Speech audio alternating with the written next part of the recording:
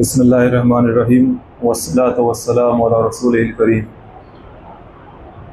अम्मा बाद अऊज़ु बिल्लाहि मिनश शैतानिर रजीम बिस्मिल्लाहिर्रहमानिर्रहीम।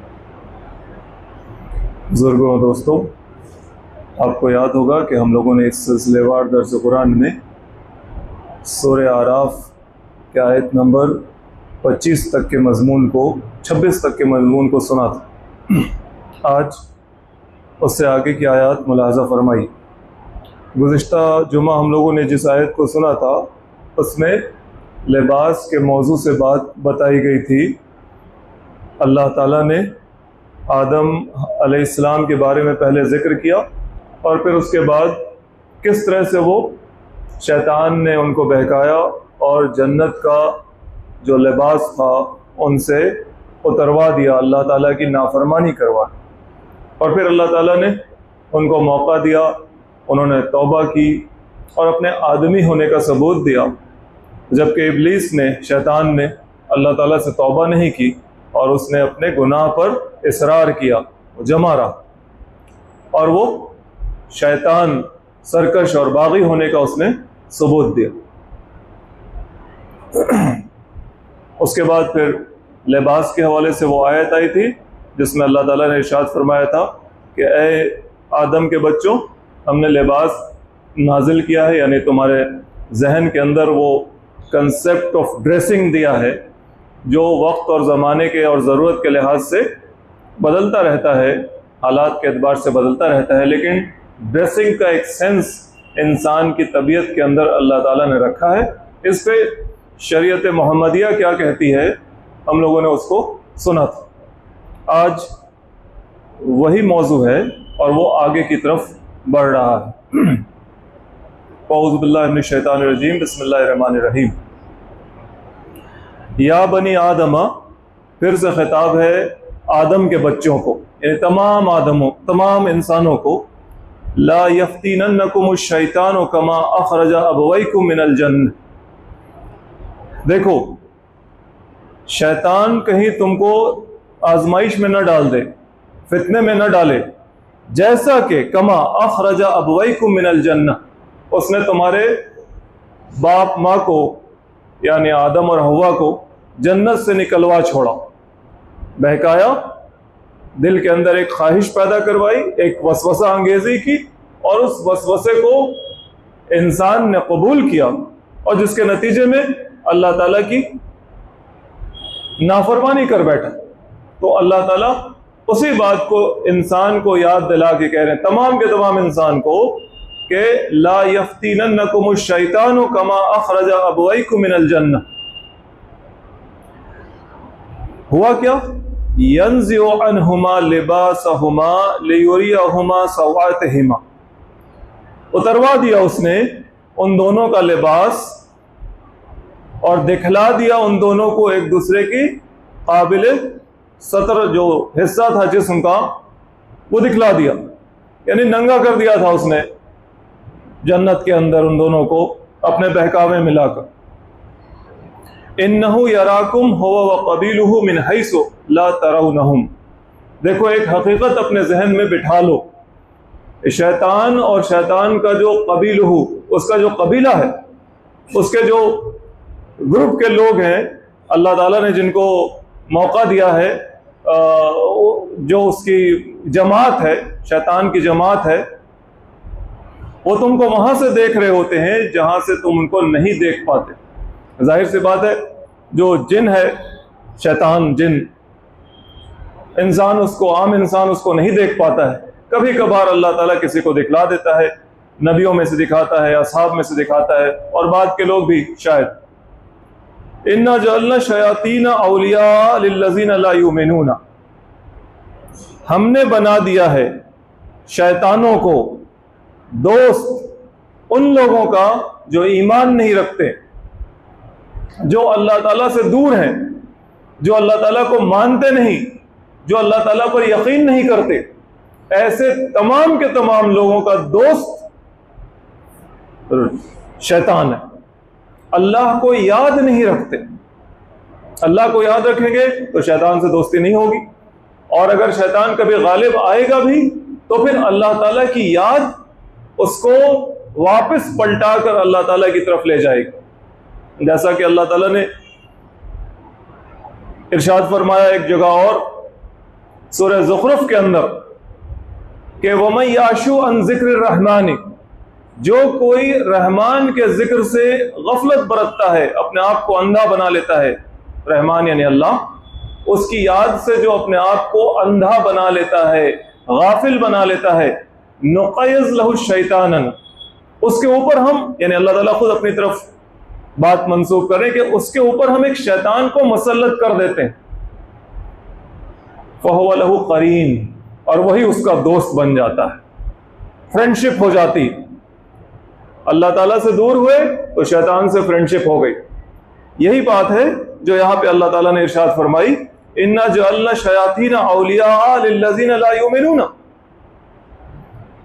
जो लोग ईमान नहीं रखते, यकीन नहीं करते अल्लाह पर, अल्लाह की बातों पर, अल्लाह के नबी पर, नबी की हिदायत पर, माद पर, जन्नत और जहन्नम पर, जिन लोगों को यकीन नहीं होता, ऐसे लोगों की दोस्ती शयातीन से हो जाती है।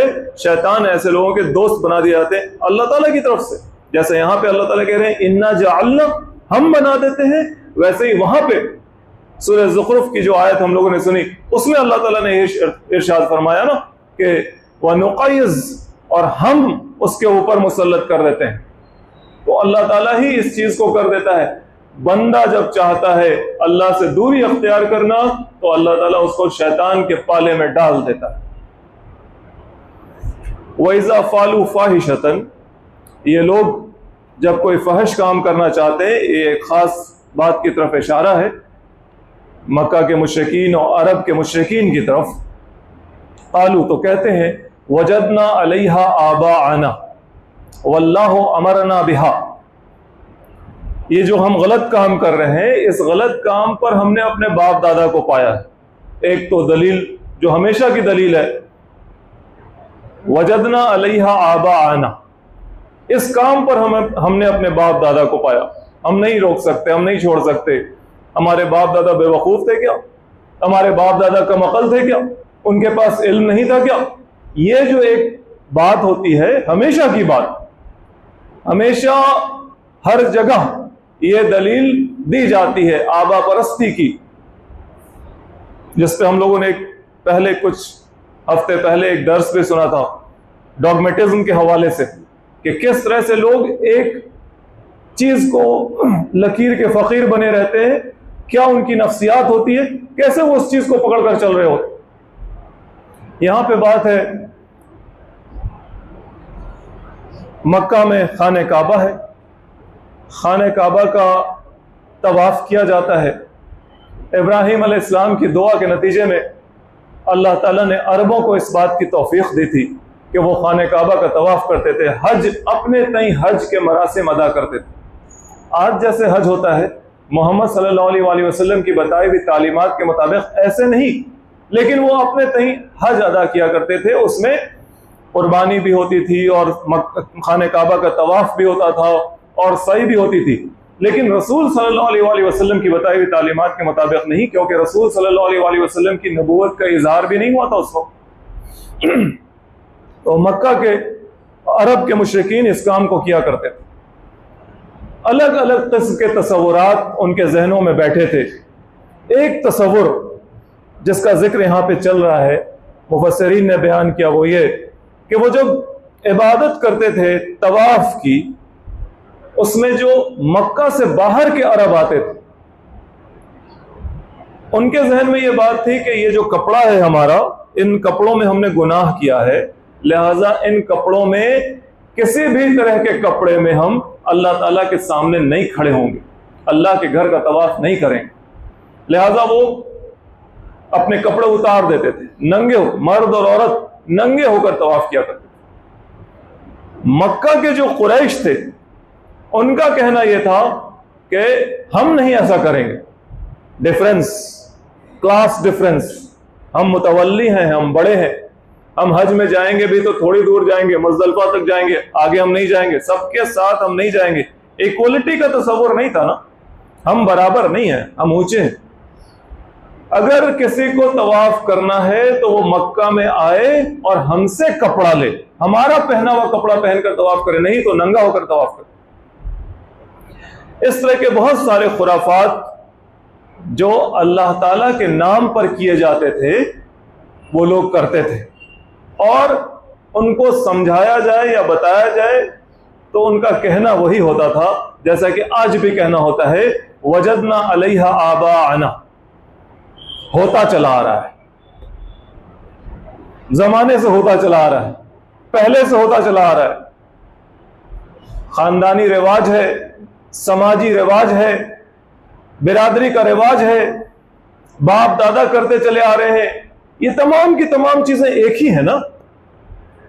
वजदना अलैहा आबाअना, इस बात पर जो आज हम ये कर रहे हैं इस पर हमने अपने बाप दादा को पाया है, लिहाजा हमारे बाप दादा चूंकि गलत नहीं हो सकते, लिहाजा ये चीज गलत नहीं हो सकती। ये एक बहुत बड़ा इस्तेदलाल पेश किया जाता है उन तमाम लोगों की तरफ कि जिनको कोई सही बात बताई जाए और वो किसी गलत चीज को पहले जमाने की दलील और बुनियाद बनाकर कर रहे होते हैं, और फिर साथ उस पर यह तुर्रा ये कि वो कहते हैं वल्लाहु अमरना बिहा, और अल्लाह ताला ने हमको इस बात का हुक्म दिया।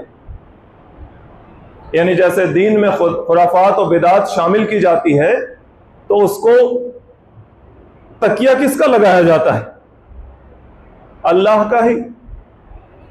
दीन का ही नाम लेकर दीन के अंदर खुराफात शामिल की जाती है ना, वरना कोई ये कहकर किसी से कोई काम नहीं करवा सकता दीन का कि ये है तो बददीनी का काम लेकिन दीन में करो इसको, ये अल्लाह ने नहीं कहा, ये रसूल ने नहीं कहा, लेकिन इसको करो, कोई नहीं करेगा। वो दीन की बात, जब दीन के अंदर जब कोई टेढ़पन अख्तियार किया जाता है, कोई बिदअत शामिल की जाती है, तो उसको तक़वियत देने के लिए, उसको मजबूती देने के लिए अल्लाह का नाम लिया जाता है, अंबिया का नाम लिया जाता है, सुलहा का नाम लिया जाता है, अच्छे और नेक लोगों का नाम लिया जाता है। यही तरीका उन लोगों ने अख्तियार किया था, पहले भी, आज भी और आगे भी जो लोग ऐसा करते रहेंगे। ये खाने काबा का तवाफ करना एक खास शक्ल और सूरत में, और इसके नतीजे में जो बेहयाई और फहाशी की बातें होती थी और जो नजारेबाजी का मौका मिलता था, लोग बैठे रहते थे, चौधरी हजरात बैठे रहते थे, मक्का के लोग बैठते थे, और हर तरह के लोग। ऐसा तो नहीं है कि जो तवाफ करने आ रहा है उसने अपने सिनफी जज्बात को खत्म कर दिया है, जो हज करने आ रहा है वो अंदर से अपना सब कुछ खत्म करके आया है, ऐसा तो नहीं है। अब उसकी नजरों के सामने औरतें मर्द नंगे तवाफ कर रहे हैं खाने काबा का, तरह तरह से सीटियां बजाते थे, तरह तरह की हरकत करते थे, और लोग मजा ले रहे।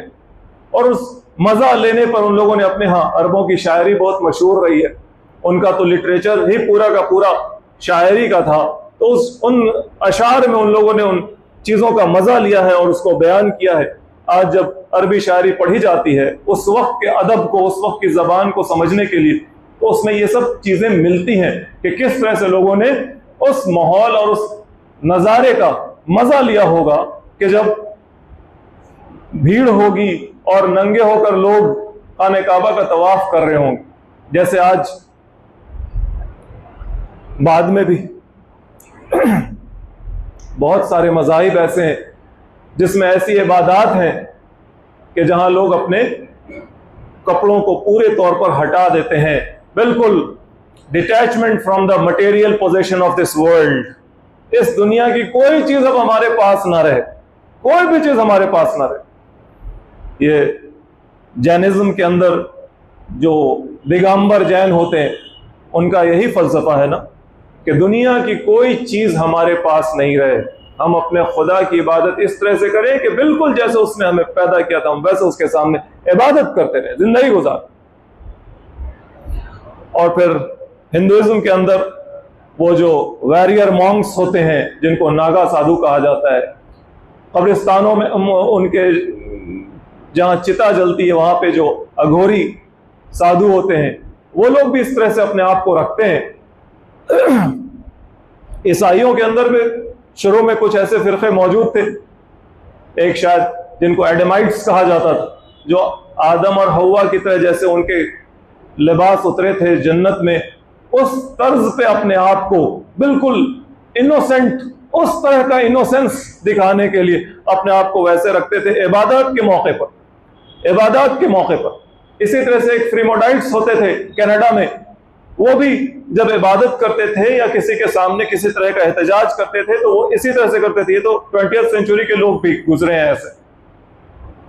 एक बैप्टिज्म होता था, अर्ली बैप्टिज्म ईसाइयों में ही, कि जब वो जिंदगी में एक बार होता था, जब कोई किसी को पूरे तौर पर ईसाई बनाया जाता था, बच्चा भी पैदा हुआ या जवान आदमी है तो वो जब उसका बपतिस्मा करते थे तो उसको पानी में डालते थे पूरे के पूरे तौर पर, और उसमें उसके और पानी के दरमियान कोई चीज ना होनी चाहिए, और एक बैप्टाइजर होता था, विटनेस मौजूद होते थे। यहूदियों के यहाँ एक रस्म अभी भी है, तेविलाह, शायद इसी नाम से जाना जाता है, तेविलाह नाम की रस्म। वो हमेशा लोग करते हैं, जैसे धार्मिक स्नान होता है, गुनाहों से पाकी का एक जज्बा जब दिल में पैदा होता है तो तेविलाह कर लेते हैं। जब कोई नया सामान खरीदते हैं तो उस सामान का भी तेविलाह करते हैं। यौम कपूर होता है या फिर शबत सैटरडे का दिन होता है तो उसके लिए जो तैयारी होती है उसमें भी वो तेविलाह करते हैं। तेविलाह क्या है? तेविलाह में होता यह है कि एक पानी का पूल होता है, उसमें पानी भी कुदरती तौर पे आना चाहिए, नहीं बारिश का पानी हो या किसी नाले और झरने का पानी हो, उस पानी के अंदर मर्द या औरत जो भी होगा, अकेले ही सही लेकिन विटनेस मौजूद होना चाहिए, वो अपने जिस्म से पूरे कपड़ों को उतारकर उस पानी के अंदर दाखिल हो, विटनेस मौजूद हो। ये इबादत की एक शक्ल है। इबादत दुनिया में सिर्फ प्री इस्लामिक अरेबिया में नहीं थी ऐसी कि उस वक्त लोग तवाफ करते थे इन हालतों में, लेकिन आज भी लोग इबादत के नाम पर ऐसा काम करते हैं। ऐसा नहीं कि इबादत से हटकर अपने तौर पे कर रहे हैं, अपने तौर पे नहीं, दीन के नाम पर। एक है गलत काम करना जिसको गलत समझ रहा है, और एक है गलत काम को दीन के नाम पर करना और उसको सही समझा जाना। दोनों में बहुत बड़ा फर्क, आसमान और जमीन का फर्क। अल्लाह ताला से उम्मीद है कि जो गलत काम को गलत समझते हुए कर गुजरा है अल्लाह उसको माफ कर देगा, लेकिन जिसने गलत काम को दीन का नाम दिया वो तो बिदात कर रहा है, वो तो जहन्नम की आग का हिस्सा बनने वाला है। तो इस तरह से ये लोग काम करते थे पहले भी और आज भी करते हैं। और अल्लाह ताला इरशाद फरमा रहा है, इन लोगों से कहिए, इनके इस्तेदलाल के मुकाबले में आपका जवाब क्या होना चाहिए? कुल, आप कहिए, इन्नल्लाह ला यामुरु बिल फहशा, अल्लाह ताला तुम्हें ऐसी बेहयाई का हुक्म नहीं देता जैसा तुम कह रहे हो कि अल्लाह ताला का हुक्म है कि हम खाने काबा का तवाफ इस हाल में करें।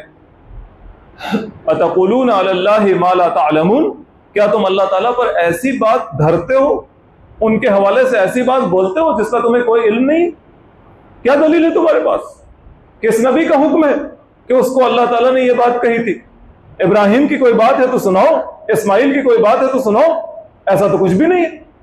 तो कोई इल्म नहीं रखते हो तुम, लेकिन अल्लाह ताला पर ऐसी बेहुदा बात का इल्जाम धरते हो।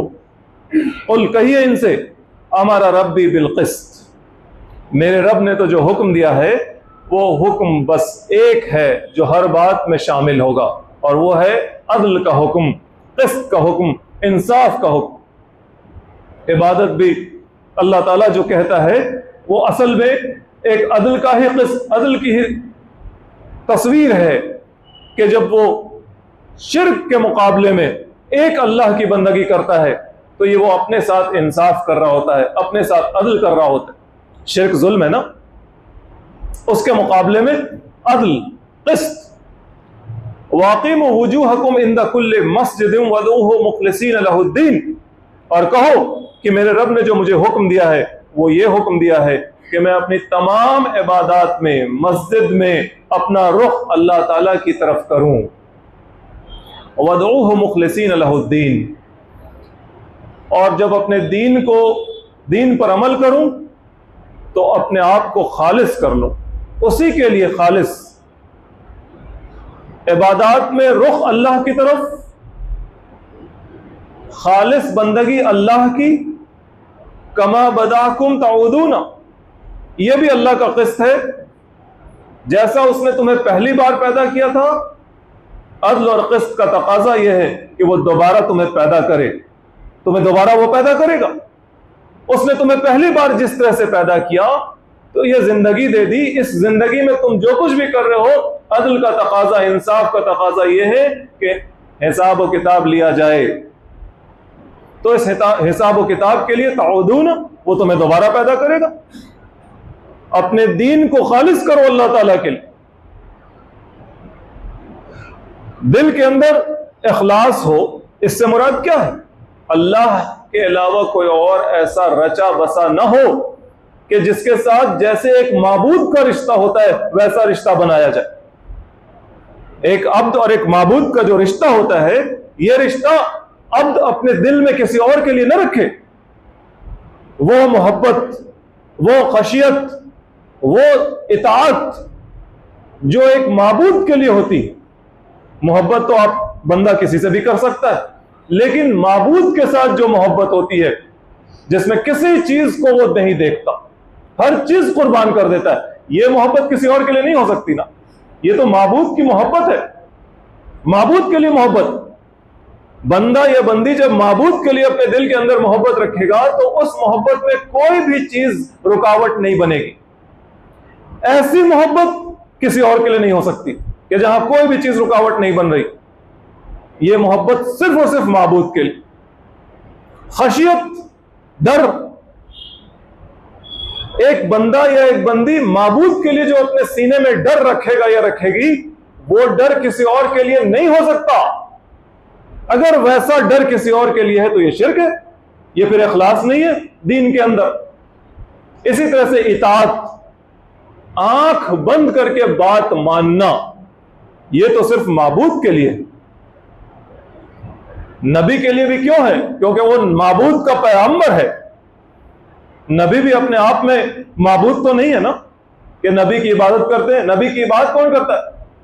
कोई नहीं करता। नबी की इताअत इसलिए है कि उसकी इताअत में अल्लाह की इताअत है। तो जब आंख बंद करके इताअत करेंगे तो यह सिर्फ अल्लाह की करेंगे, अल्लाह के लिए नबी की करेंगे। बाकी किसी और की इताअत ऐसी नहीं हो सकती कि जिसमें कोई भी चीज रुकावट ना बने। यह इताअत सिर्फ और सिर्फ अल्लाह के लिए है। तो यह जज्बा होगा दिल के अंदर, यह है खालिस दीन। दीन को खालिस करना इसी को कहते हैं। यह चीज ना हो और फिर जाहिर में कुछ भी कर लिया जाए तो फिर क्या फायदा?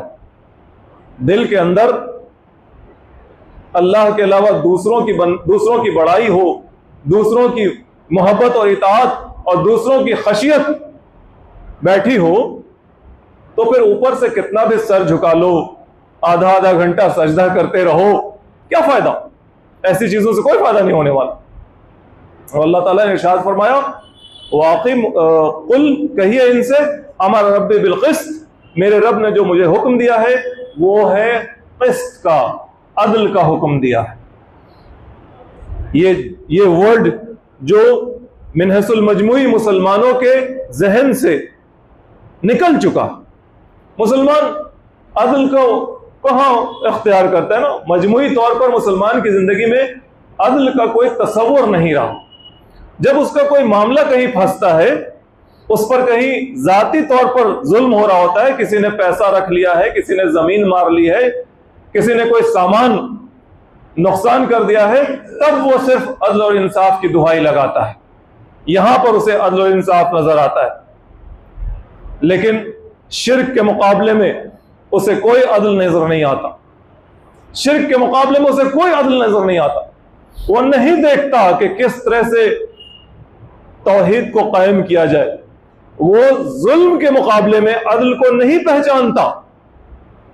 वो हजार बहाने बनाता है जुल्म को बर्दाश्त करने के, हजार बहाने। और यहां पर भी बहाने कहां से आते हैं? वही दीन से आते हैं। दीन से, दीन ही के अंदर दीन ही के अंदर से बहाने निकाले जाते हैं जुल्म को बर्दाश्त करने के। आज दीनदार आदमी ही सबसे ज्यादा जालिम का साथ देने वाला बनता है, और वहां पर भी वो दीन का बहाना बनाता है। हदीस पेश करता है, कुरान की आयत पेश करता है, असहाब के असार, उनके अक़वाल पेश करता है और कहता है कि देखिए उन्होंने इसको बर्दाश्त किया, उन्होंने ये कहा नबी की हदीस ये है, इसलिए हमें जुल्म के मुकाबले में खामोश बैठ जाना चाहिए। दीन का बहाना, जिस तरह से उन लोगों ने दीन का बहाना बनाया और बिदात को जस्टिफाई किया, वैसे ही आज दीन का बहाना बनाकर ही जुल्म को जस्टिफाई किया जाता है। अल्लाह ताला कह रहे हैं इनसे कहिए कि अमर रब्बी बिल क़िस्त, मेरे रब ने जो मुझे हुक्म दिया है वो क़िस्त इंसाफ का हुक्म दिया है। वाक़िम वजूहकुम इंदा कुल्लि मस्जिदिम, और इस बात का मुझे हुक्म दिया है कि मैं हर मस्जिद, वो चाहे जमीन मस्जिद हो या इबादत की शक्ल में हो, मैं अपना रुख अल्लाह ताला की तरफ करूं, दिल को खालिस वदऊहु मुखलिसीन लहुद्दीन, और जब उसको आवाज लगाऊं तो अपने दीन को खालिस करके आवाज लगाऊं, दिल में कोई और ना हो, न सामने कोई और हो और न दिल में कोई और। वअन्नल मसाजिद लिल्लाहि फला तदउ मअल्लाहि अहदा, जैसे अल्लाह ताला सूरह जिन में इरशाद फरमाते हैं कि और बेशक ये मस्जिदें अल्लाह की हैं खास। वअन्नल मसाजिद लिल्लाहि, ये मसाजिद अल्लाह के लिए खास है। फला तदउ मअल्लाहि अहदा, इन मस्जिदों में अल्लाह के अलावा किसी और को ना पुकारो, किसी भी जरूरत के लिए किसी और को आवाज न लगाओ, किसी भी जरूरत के लिए। जब मस्जिद में भी आकर तुम बंदों से मांगोगे तो फिर अल्लाह ताला पर यकीन और भरोसा कहां है? मस्जिद में भी आकर जब तुम बंदों के आगे हाथ फैलाते हो तो अल्लाह ताला पर भरोसा कहां रहा तुम्हें? फिर किस जगह जाओगे और वहां अल्लाह को पुकारोगे? किस जगह? लिहाजा हर हाल में इखलास का तकाजा और इन आयतों पर अमल करने का तकाजा यह है कि एक मुसलमान के सीने के अंदर अल्लाह के अलावा कोई और माबूद की हैसियत से नहीं होना चाहिए। उन हैसियतों से, जिन हैसियतों में एक माबूद से रिश्ता रखा जाता है, उन हैसियतों में कोई और नहीं होना चाहिए। लेकिन इन तमाम बातों के बाद भी होता क्या है? ऐसा तो नहीं है कि सब लोग सही बात कबूल कर लेते हैं और एक गिरोह बन गए, ऐसा नहीं है। फरीकन हदा व फरीकन हक़्क़ अलैहिमुज़ ज़लाला, एक गिरोह हिदायत पर हुआ और एक गिरोह जिसके ऊपर जलालत और गुमराही चस्पा हो गई, बिल्कुल साबित हो गई कि तमाम की तमाम बातें सुनने और जानने के बाद भी उसने अपने लिए गुमराही पसंद की। उसने अपने दिल को अपना खुदा बनाया, अपने ख्वाहिशात को अपना खुदा बनाया, अपना माबूद बनाया, लिहाजा अल्लाह ताला की बातों को ठुकरा दिया। लेकिन एक गिरोह है फरीकन हदा, एक गिरोह है इंसानों में जो हिदायत के रास्ते पर है। जिन लोगों ने गुमराही अख्तियार की, जिन लोगों ने अपने लिए गुमराही मुसल्लत कर ली अपने ऊपर, इन्नहुम इत्तखज़ु शयातीन औलिया मिन दूनिल्लाहि व यहसबून अन्नहुम मुहतदून। ये वो लोग हैं कि जिन्होंने अल्लाह के सिवा शयातीन को अपना दोस्त बनाया, यानी जब अल्लाह ताला को फरामोश किया, रहमान की आयात को, रहमान की बातों को, रहमान की हिदायत को फरामोश किया, रहमान के पैगंबरों की तालीमात को फरामोश किया, आखिरी पैगंबर मोहम्मद सल्लल्लाहु अलैहि वसल्लम के उसवा को, उनकी तालीमात को फरामोश किया। इन लोगों ने शयातीन को अपना दोस्त बना लिया और वह यहसबून अन्नहुम मुहतदून, वो ये समझ रहे हैं कि वो सही कर रहे हैं, वो सही रास्ते पर। ये कितना बड़ा मुगालता है, कितनी बड़ी गलतफहमी होती है बंदे को कि जब वो एक गलत काम कर रहा होता है और उसको गलत नहीं समझता, बल्कि वो ये समझ रहा होता है कि हम जो गलत काम कर रहे हैं ये सही है, ये सही है, ये गलत नहीं है, सही है। जब जहन में ये बात बैठ जाए तो फिर इस्लाह का रास्ता बंद हो जाता है। फिर कहां से इस्लाह हो पाएगी? हम गलत कर रहे हैं और हमें एहसास है कि हमसे ये गलत हो रहा है, तो फिर इस्लाह का दरवाजा खुला हुआ है। लेकिन हम एक काम गलत कर रहे हैं, अनलॉफुल, इल्लीगल, रॉन्ग, जिस तरह से भी हो गलत, और हम उसको समझ रहे हैं ये कि ये सही है। और सही के लिए दलील भी हमारे पास बहुत सारी रहती है ना, जैसे शुरू से दलील रही अल्लाह का नाम लेकर ही, दीन का नाम लेकर ही, और हम समझ रहे होते हैं कि हम ये सही कर रहे हो। जब जहन की कैफियत ये हो जाए तो इस्लाह का दरवाजा क्लोज होने लगता है, बंद होता चला जाता है। फिर दिल पर वो मुहर लग जाती है, मुमकिन नहीं होता कि ये बंदा या ये बंदी सही बात को कबूल करे। इंसान को हमेशा अपने गिरबान में झांकते रहना चाहिए खास करके उन लोगों को जो लोग दीनदार होने का दावा करते। आम आदमी जो दीन से दूर है वो अपने को गलत भी कहेगा, वो सही भी कहेगा, वो दीन का नाम नहीं ले रहा। लेकिन जो दीन का नाम लेता है उसको हर वक्त, हमेशा जब वो दीन के हवाले से कोई बात कहे, उसको अपने गिरबान में झांकना चाहिए, अपने दिल के अंदर टटोलना चाहिए, अपने एहसासात को जगा कर रखना चाहिए, अपने आंखों के ऊपर से ताज्जुब की पट्टी को हटाकर देखना चाहिए, न्यूट्रल बनने की कोशिश करनी चाहिए, अनबायस्ड होकर देखना चाहिए कि सही बात क्या है। अगर वो किसी हदीस के हवाले से कोई दावा कर रहा है तो हदीस से हुक्म अखज़ करने का फन उसे आना चाहिए। पिछले जुमे को भी ये बात हमने बताई थी कि महज हदीस पढ़ लेने से, किसी हदीस से हुक्म निकाल लेना, यह सबके बस की बात नहीं होती। हर हदीस से कोई हुक्म निकल जाए ये सबको नहीं आता, इसके लिए महारत हासिल की जाती है। जो लोग इसके माहिर होते हैं उनके लिटरेचर को पढ़ना होता है, उनसे सीखना होता है और फिर भी अपनी जबान को खामोश ही रखना होता है जब तक कि आप उस मुकाम तक ना पहुंच जाए कि जब लोग आपसे पूछ रहे हो, आपसे रूलिंग्स ले रहे हो, आपसे फतावे ले रहे हो, तब आप बता सकते हैं। सिर्फ हदीस पढ़कर, सिर्फ कुरान की आयत पढ़कर और उससे ये मतलब निकाल लिया और उससे वो मतलब निकाल लिया, बिल्कुल ऐसा नहीं करना चाहिए। वरना होता यही है कि हम तो ये समझ रहे कि हमने कुरान की आयत पढ़कर बयान किया, हमने हदीस सुनाई है, सही है बात। वो बात कैसी सही होती है? वह यहसबून अन्नहुम मुहतदून, और वो समझ रहे होते हैं कि हम जो कुछ भी कर रहे होते हैं ये सही कर रहे होते हैं। आगे की आयत में अल्लाह ताला इरशाद फरमाता है, या बनी आदमा, ए आदम के बच्चों, खुजू ज़ीनतकुम इंदा कुल्लि मस्जिदिन वकुलू वशरबू वला तुस्रिफू इन्नहु ला युहिब्बुल मुस्रिफीन। तुम नंगे होकर तवाफ मत करो। तुम अल्लाह ताला की बंदगी जब करो तो जीनत से आरास्ता हो जाओ हर जगह। ये खास हुक्म भी उन लोगों के लिए हुआ और ये आम हुक्म तमाम के तमाम बंदों के लिए हुआ कि जब तुम अल्लाह ताला की बंदगी करो तो अपने लिबास को जीनत से आरास्ता करो, लिबास फाखरा ना हो। गुज़िश्ता जुमा ये बात आई कि तकब्बुर वाला लिबास क्या होता है, वो लिबास ना हो, तकब्बुर वाला लिबास ना हो, लेकिन तुम्हारा लिबास ऐसा हो कि जिस लिबास को पहनकर तुम कम से कम अच्छे लोगों के सामने जाने को अपने आप को तैयार करते हो। तो सोचो कि जब तुम अल्लाह ताला के सामने खड़े हो रहे हो तो तुम्हारा लिबास कैसा होना चाहिए। ज़ीनतकुम इंदा कुल्ले मस्जिद, हर मस्जिद में, हर इबादत के मौके पर तुम अपनी जीनत से आरास्ता हो।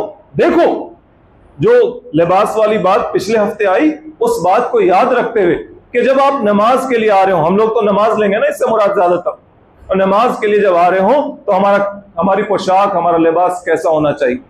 अगर हमारी पोशाक, हमारा लिबास फजर की नमाज हो कि इशा की नमाज हो, घर में हो, छुट्टी का दिन घर का कपड़ा हो, या काम काज करने वक्त ऑफिस वाला कपड़ा या जॉब वाला या बिजनेस वाला कपड़ा हो, या शादी में जा रहे हो, किसी तकरीब में जा रहे हो, वैसा मौका हो, किस तरह का कपड़ा पहनकर हम लोगों के सामने अपने आप को वक़ार के साथ, इज्जत के साथ पेश करते हैं। तो जब हम लोगों के सामने अपने आप को वक़ार के साथ इन कपड़ों में पेश करते हैं तो हमें अल्लाह के सामने किन कपड़ों में जाना चाहिए। अल्लाह जानता है कि हम रात पर किस कपड़े में सोए, तो फजर में कैसे आना चाहिए। जाहिर है फजर में शेरवानी और सूट में तो कोई नहीं आएगा, लेकिन एक जीनत वाला लिबास फजर में भी होना चाहिए, और जोहर में भी, और असर में भी, और मगरिब में भी, और इशा में भी। अगर आपने कुर्ता पहना तो उसके नीचे आप क्या पहने? क्या आप वो चीज पहन रहे हैं जिसको पहनकर आप एक तकरीब में जा सकते हैं, आप अच्छे लोगों के सामने जा सकते हैं, अगर आपको बुलावा आया है कहीं से तो वहां आप जा सकते हैं उन कपड़ों में। अगर आपने पैंट पहनी है तो उसके ऊपर क्या पहना है? अगर आपने पजामा पहना है, मारूफ ट्राउजर पहना है, तो आपने उसके ऊपर क्या पहना है? क्या आप उस कपड़े में, उन लिबास में जा सकते हैं किसी अच्छी जगह? अगर नहीं जा सकते तो आप मस्जिद से बेहतर अच्छी जगह में नहीं, अपने आप समझते हैं कि मस्जिद से बेहतर है वो जगह, लिहाजा आपको मस्जिद में भी उन्हीं कपड़ों में आना चाहिए। इन चीजों में बहुत सारी चीजें शामिल हैं। कुछ चीजें ऐसी हैं जो इलाके का उर्फ माना जाता है, इलाके की रस्म, इलाके का रिवाज माना जाता है। हमारे यहाँ जिन चीज़ों पर लड़ाइयाँ चलती हैं उनमें एक दो चीज़ें हैं जिनका जिक्र हम कर दें, आप लोग थोड़ा वक्त और। एक टोपी के मामले में, सर ढांकने के मामले में बहुत लड़ाई चलती है, बहुत छोटा मामला, लेकिन इस चीज़ को एक बड़ा मसला बनाया जाता है। इस मामले में जो रूलिंग्स हैं, जो फतावे हैं उलमा के, वो क्या कहते हैं? वो यही कहते हैं ना, पहले तो ये देखिए, पहले तो एक दो बड़े आलिम का नाम सुन लें और उनकी किताबों का, अगर जिनको शौक हो कि वो दीन की इन चीज़ों को समझना और सीखना चाहते हैं, वो इन किताबों का मुताला कर सकते हैं। एक हमारे इंडो पाक के शाह वलीउल्लाह दहलवी, जिनकी एक बहुत मशहूर किताब है हुज्जतुल्लाह अल बालिगा, जो किस मौजू पर लिखी गई है? सीक्रेट्स ऑफ रिलीजन, इसरार दीन पर लिखी गई है, दीन की छुपी पोशीदा बातों पर। यह हुक्म है, इस हुक्म के पीछे क्या हिकमत है, इसको वो बताते हैं। एक आलिम है, अपनी मेहनत करके उन्होंने एक किताब लिखी है। इसी तरह से एक पुराने आलिम और है, उनका नाम है इमाम शातिबी, वो भी मकासिद शरिया के बानी जाने जाते हैं। यही मजमून वहां पर भी उनकी किताब है अल मुवाफ़क़ात, जिसमें उन्होंने यही चीज बताई है, ये हुक्म है, इस हुक्म के पीछे क्या हिकमत है। उन्होंने सुन्नत, आदत, रस्म और रिवाज, उर्फ, इन चीजों के फर्क बताए हैं कि कौन सा हुक्म इबादत के अंदर शामिल है, कौन सी चीज उर्फ जमाने की आदत मानी जाती है, उस इलाके की आदत मानी जाती है, वगैरह वगैरह। तो इन चीजों पर इस तरह के उलमा ये राय रखते हैं कि सर ढांकना जिस इलाके में अदब का तकाजा माना जाता है कि ये अदब है, एटिकेट है, मैनरिज्म है, वहां पर चाहिए कि जब आप नमाज के लिए अल्लाह ताला के सामने खड़े हो तो सर ढांकी। और अगर वहां पर यह बात नहीं मानी जाती तो खुला सर रखें, नो प्रॉब्लम। और अगर मानी भी जाती है और फिर भी खुला सर रखा है आपने, तजल्लुल और इस्तिकानत की वजह से, आजिजी की वजह से कि हम अल्लाह ताला के सामने खड़े हो रहे हैं, सर खोल दो, तो यह भी अच्छी बात। और भी उलमा तो समझते हैं इन चीजों को। अभी हाल के ही उलमा में से एक आलिम, जिनका हवाला हमने पहले भी दिया था, अमीर शरीयत मौलाना शाह अताउल्लाह साहब बुखारी, वो तो सर खुला रखते थे और वो कहते थे कि अंग्रेज, सर छुपाना इज्जत की अलामत है। अंग्रेजों ने, वो अंग्रेजों के वक्त की बात है, अंग्रेजों ने हमारी इज्जत तार तार कर दी, जब तक हम अंग्रेजों से आजाद नहीं होंगे हम अपना सर नहीं ढाकेंगे। दारुल उलूम देवबंद के बहुत पुराने और बड़े उलमा में से मशहूर हैं मौलाना उबैदुल्लाह सिंधी साहब, जिन्होंने अंग्रेजों के खिलाफ लड़ाई लड़ी थी 1915-16 में, रेशमे रुमाल तहरीक वाले। वो भी रसूल सल्लल्लाहु अलैहि वसल्लम के सर ढांकने को सुन्नत शरई नहीं समझते थे, बल्कि सुन्नत आदी समझते थे कि ये एक जमाने का एक कल्चर था, एक आदत थी उस जमाने में, सब लोग ऐसा करते थे, लिहाजा ये शरई सुन्नत नहीं है कि हर हाल में सर ढांकना और न ढांकने वाले पर गुनाह हो, ऐसी कोई बात नहीं। तो ये तो एक मशहूर बात हो गई है और लोग जानते भी। दूसरी बात ये, कफ़े सोब, आजकल ये भी बड़ा चला हुआ है मसला, आस्तीन मोड़ना। पैंट मोड़ने पर तो पिछले हफ्ते बात हो चुकी है, आस्तीन मोड़ना नमाज के दौरान, चूंकि एक हदीस है रसूल सल्लल्लाहु अलैहि वसल्लम की, जिसमें यह बयान किया गया है कि अल्लाह ताला ने हुक्म दिया नबी सल्लल्लाहु अलैहि वसल्लम को, उमिरा नबी सल्लल्लाहु अलैहि वसल्लम अन यस्जुदा अला सबअतिन, 7 हड्डियों पर सजदा करो, यानी दोनों हाथ, घुटना, नीचे का पैर और पेशानी। और वह नुहिया, और मना किया किस बात से? अन यकुफ्फा शअरहु व सियाबहु, अपने बालों को मोड़ो नहीं और अपने कपड़ों को मोड़ो नहीं। इसमें भी उलमाए कराम के मुख्तलिफ अक़वाल हैं।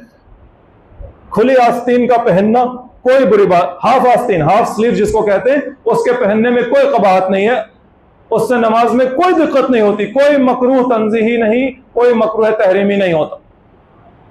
लेकिन अगर जानबूझकर बड़ी आस्तीन को एल्बो से ऊपर उठा लिया तो फिर यह मकरूह हो जाता है।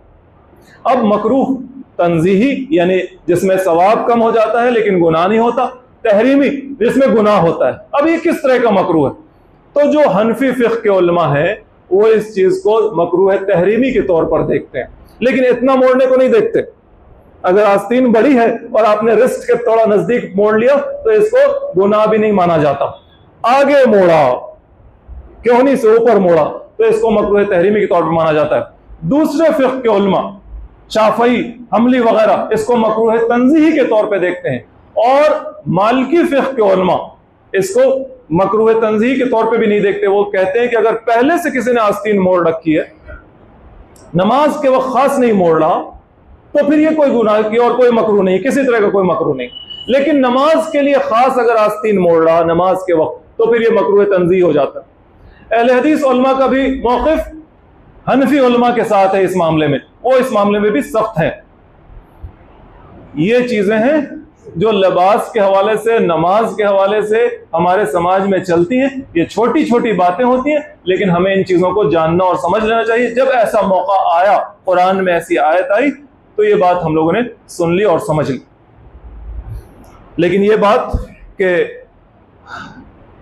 कुलू वशरबू वला तुसरिफू इन्नहु ला युहिब्बुल मुसरिफीन, खाओ पियो, इसराफ ना करो, जो चाहो खाओ, जो चाहो पियो, फिजूल खर्ची ना करो। अल्लाह ताला फिजूल खर्ची करने वाले को पसंद नहीं करता। खाओ पियो भी तो तरीके से करो, पहनो तो इसराफ ना करो, तकब्बुर ना हो, खाओ तो अपनी सेहत का ख्याल रखो, ना इतना कम खाओ कि बीमार पड़ जाओ, और ना इतना ज्यादा खाओ कि बीमार पड़ जाओ। सेहत का ख्याल रखते हुए खाओ, गफलत में भी ना खाओ। बड़े बड़े आदमी से गफलत हो जाती है, जैसे इमाम मुस्लिम हदीस के बहुत बड़े आलिम, उनको एक मजलिस में एक हदीस सुनी उन्होंने, और वो हदीस उनके इल्म में नहीं थी। उनको लगा हमारे इल्म में नहीं है, हमें ढूंढना है। वो घर आए और उन्होंने अपने तय ये तय किया, मंगवाया एक बास्केट ऑफ डेट्स, खजूर का एक बर्तन जिसमें खजूर भरा हुआ था, और उन्होंने अपने तय ये तय किया कि इसमें जितना खजूर हम खाते जाएंगे और हदीस ढूंढते जाएंगे जब तक कि खजूर है इसमें। गलती हो गई, रात भर एक एक खजूर खाते गए, हदीस ढूंढते गए, आखिर में हदीस तो मिल गई, लेकिन इतना ज्यादा खजूर खाने से उनकी मौत हो गई। इन्ना लिल्लाहि व इन्ना इलैहि राजिऊन। व आखिर दावाना अनिल हम्दुलिल्लाहि रब्बिल आलमीन।